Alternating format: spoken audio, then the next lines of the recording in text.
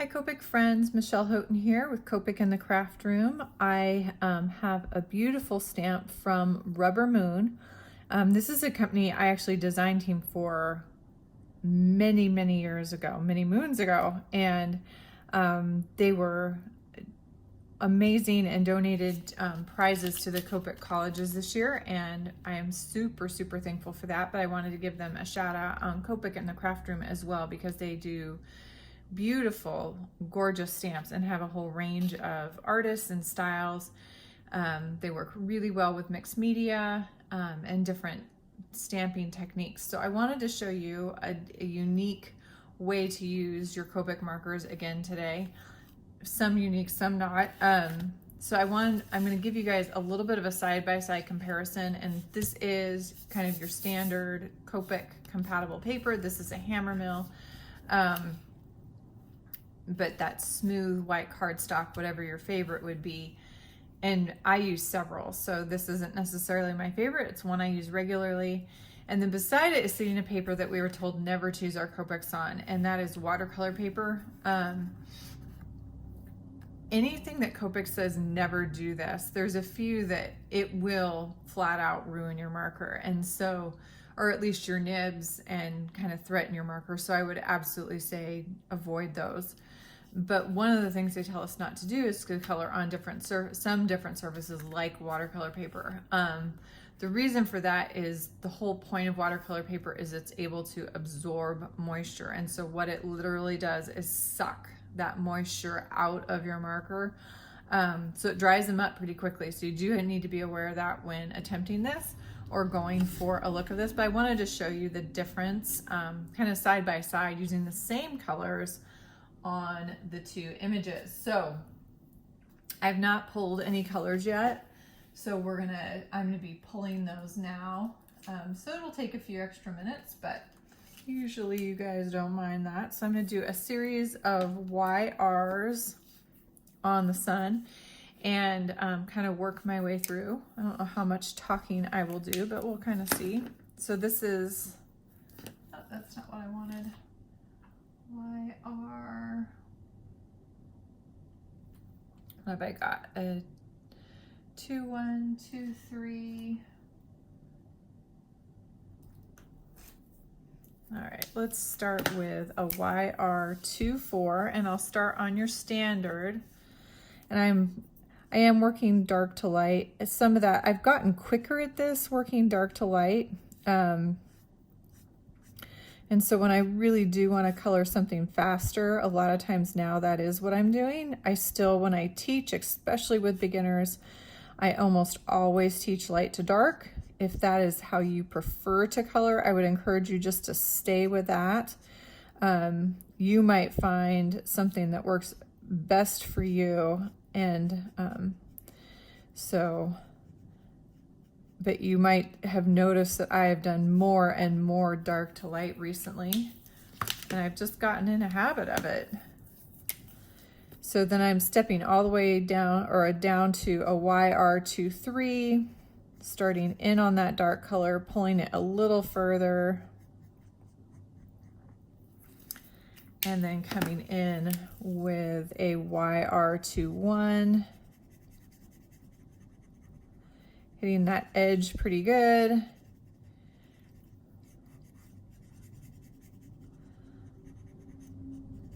Pushing that out just a little bit more. That lighter color can help me broaden that. So I have this beautiful kind of orange glow there. Actually, I really like that color series. And I'm gonna do the exact same thing on the watercolor paper so you guys can really see them side by side. This particular watercolor paper is actually, it even says on the package, it's not intended for watercolor. It's more for multimedia and kind of stamping things. So it's not necessarily the most absorbent, and I can come back and do some with that if you guys are interested. It happened to be a smaller piece that I had from Rubbermoon. They have little packages of a Nina watercolor paper. and I am using that today. So I've gone through my YR24, YR23, and here comes that YR21. Now what you'll notice with the watercolor paper is that the blending almost happens without any effort on my part. It just goes. The reason, it should be obvious if we think about how Copic works, is that as it's on watercolor paper, it bleeds like crazy. So it's moving, moving, moving, moving. And so when I hit it with that next color, they immediately shift into each other. I can still play around a little bit and go back and forth if I want to. I am gonna come back with that darkest color one more time, kind of down on those edges. It's obviously drying a little bit so I can see how it's lightening up, and I'm just feeling like I wanna deepen those a little bit. And I can keep playing with that, but here's a direct look at the two of those. And then I'm gonna come down, we'll add some more color. The fun part of an image like this to me is that there's no right or wrong. She can be any color I want her to be. So I'm actually gonna use a blue series that is more violet to me than blue, the B6s, which I love. And I'm gonna come in again and working dark to light. And even though this is a very unrealistic face, I'm gonna work a little bit kind of realistic where I'm putting those shadows with this darkest color. So this is a B66, and I'm coming in to the spots that I want to end up my darkest. And I'm laughing a little bit inside my head. You know, one of the things I always tell people is to never, like when they're shading a face or creating depth on a face, is to avoid this long line, because this is such a graphic image. It works so beautifully in this case, and such a neat feature that that artist has left behind. All right, B63 is next. These do take a little more oomph to blend together. So this might be a series that you do your light to dark coloring, that you don't attempt this from dark to light. They're gonna take a little more work on my part, and it looks like my B63 is low on ink, so that is not gonna help the situation one iota. It's gonna make that much harder for me. In fact, I might end up having to pause here and get this refilled. See if this works a little better. Well, it's definitely flowing better. Of course, now the ink has sat and had time to think about it and dry a little. So I knew this would be a combination I had to work a little harder for, and it's gonna prove itself just that. But it'll definitely help get that moving with that re-inking done. All right, and then the last one is a B60. So again, this is a color combo that I actually really, really like. It's a little sometimes persnickety to work with, and so I have to work these colors pretty hard. And this one's going to give me the same issues with a marker that's a little low. I really need to actually go through all of my markers and take the time to do a refill and clean day.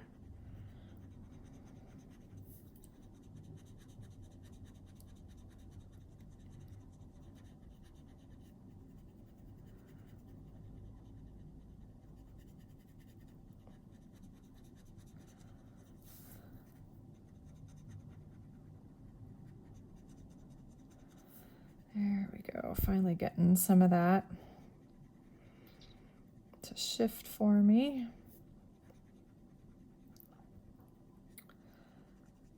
Sometimes it's truly an issue of patience. All right. So it's a really distinct jump between colors, but I am okay with that. I've got softened edges and I am feeling pretty good about that.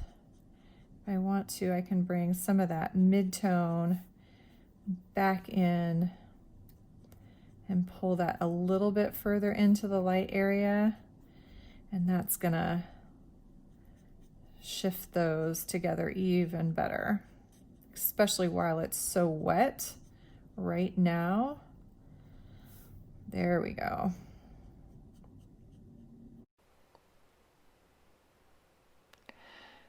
So there's a brief intermission here because the phone keeps ringing, and when half of your family is in Alaska, you answer, even when you're filming a tutorial. I hit the stop button and the start button too many times and recorded a phone conversation instead of my coloring.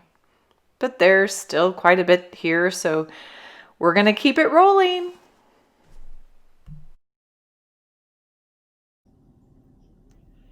Okay, sorry about the interruption again. I have no idea what actually has gotten recorded now, so it's gonna be really interesting because I've had to stop and start this a couple times. So we'll see what we have. You're gonna get to see the end results no matter what. So I'm gonna do some of the detail work with a blue-green series. I've got two BG4s and a BG0, I believe. Yes. So BG45 is first, and I'm gonna come through and hit kind of the under kind of curl of a bunch of these little dots. And again, what I've done with the rest of her, this little face, is kind of the light is coming from up above, kind of overhead. So I'm trying to keep with that as I work my way around and down on these little guys.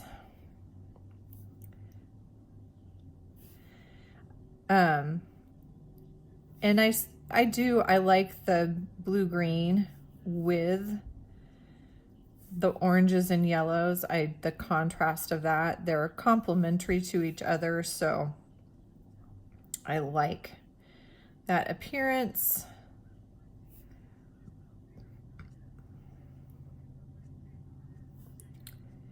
Get a little on this neck piece and these other pieces, and we've got a few kind of out amongst the hair. But again, I didn't want a whole bunch of different colors, but this is just enough to add a little interest. So that was BG49, this is BG45. And what I'm doing is I'm coming right along that edge. If it's a bigger circle, I'll kind of go all the way around and leave that little kind of highlight just barely showing. If it's a smaller one, I may not be able to go all the way around the edge. So it'll be kind of determined by the size. And I'll lose a few as I'm doing here as I work my way back down, and that's okay.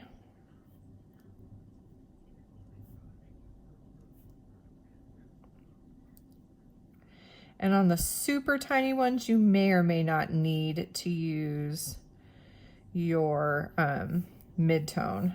On these bands, I'm just gonna go ahead and finish those bands off with the mid-tone.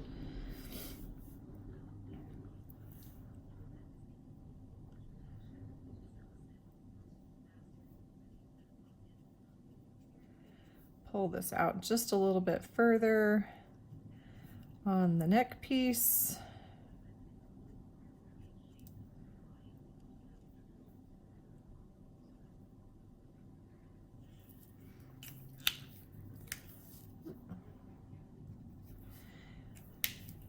Need to slow down.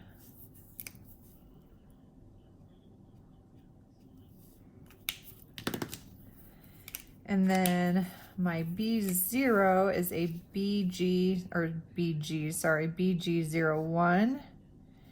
And I'm gonna come right into that little highlight and dot that. Now I'm gonna lose that highlight,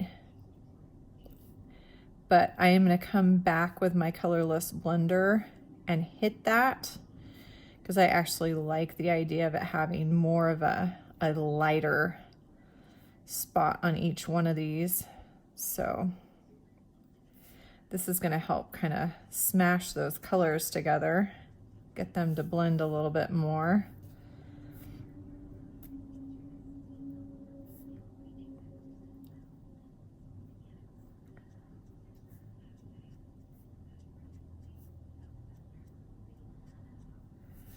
And then I'm going to come back with a colorless blender.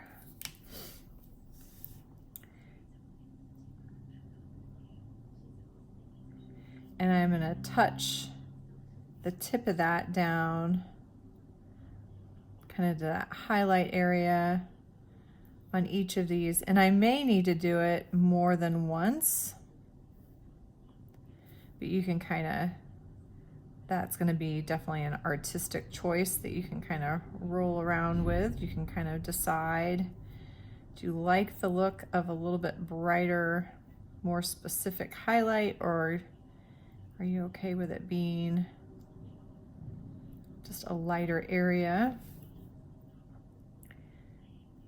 I would definitely need to go back and hit it a second time if I want it bright. It's not necessarily going to go all the way white, so it's not what I'm necessarily going for.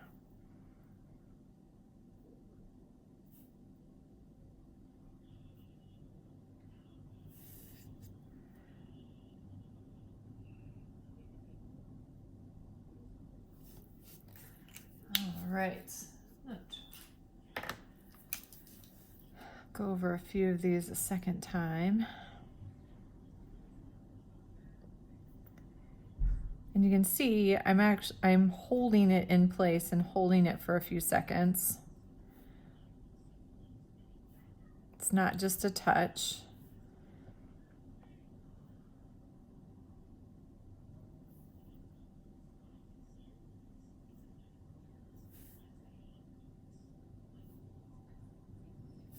And again, it's really kind of what you like the look of. So I'm pretty content with where that one's ended up.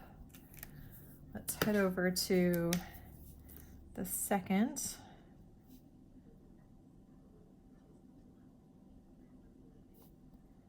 Work our way around.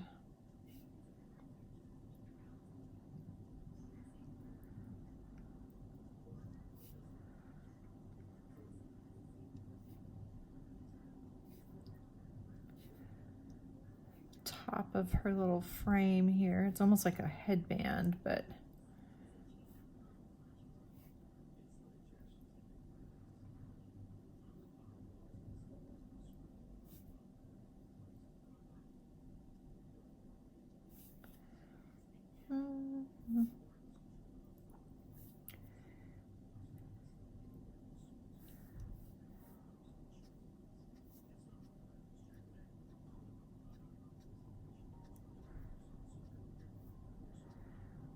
I've done a couple things today, videotaping and coloring for design teams, and my eyes are just about done for the day. I'm gonna have to call it a day.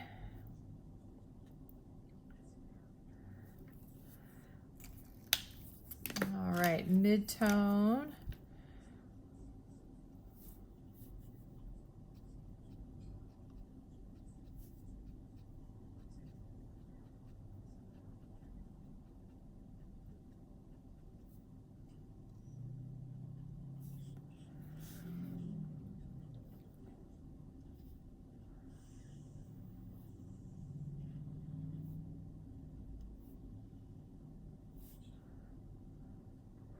And again, because of this watercolor paper, these are gonna melt into each other, blend into each other a little bit easier.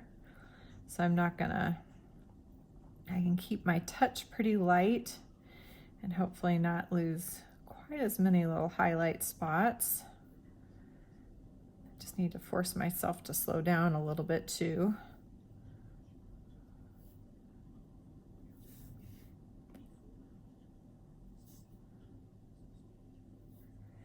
But you can also see where I've left some of those white dots behind because of the watercolor paper.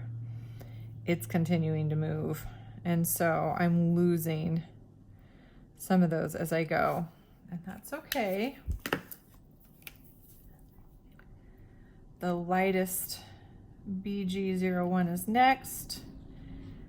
The one spot you kind of see that color on, or see it more on, is the actual kind of neck piece. I actually think what I'm going to do, I'm not going to put a lot of this lighter color on. I'm going to skip that because there's so much movement. I'm going to come back and let's see what we can do with a colorless blender on the watercolor paper. And just like anything else, a different paper is going to react differently. So play around with it. Do you need to hold it less amount of time, more amount of time? Does it react more, less? You're gonna have to kind of play with that, but this will give you at least kind of a start of what that might look like.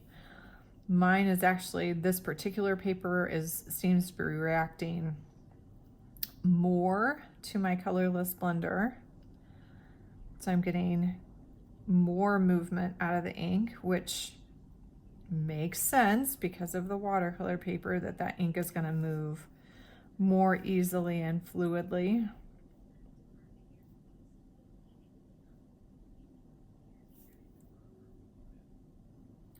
All right.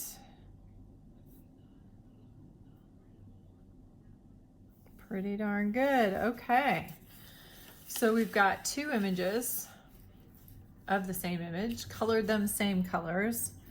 Got watercolor, cardstock. There's obviously a slight difference in paper color to start, kind of that more off-white creamy look of the watercolor paper. The other issue is that the stamping, no matter how hard I tried, I wasn't getting super solid lines with some of those thick black areas. So depending on what you like the look of, I could see going back in. I don't know that I do all of it. Like, I don't mind it out here, but around her eyes or the pupils and kind of eyelids in particular, I might clean those up with a multi-liner just to get them a little more defined. But other than that, it gives you two really kind of fun looks. It works really well to work on watercolor paper. You just have to be aware of, you are going to use a lot of ink. All right. Thank you, Rubbermoon, for sharing your beautiful artwork with me. If you guys have any Copic questions, please go ahead and add those down below. Check out my blog over at scrapweaver.com. And as always, everybody, have a happy, colorful day.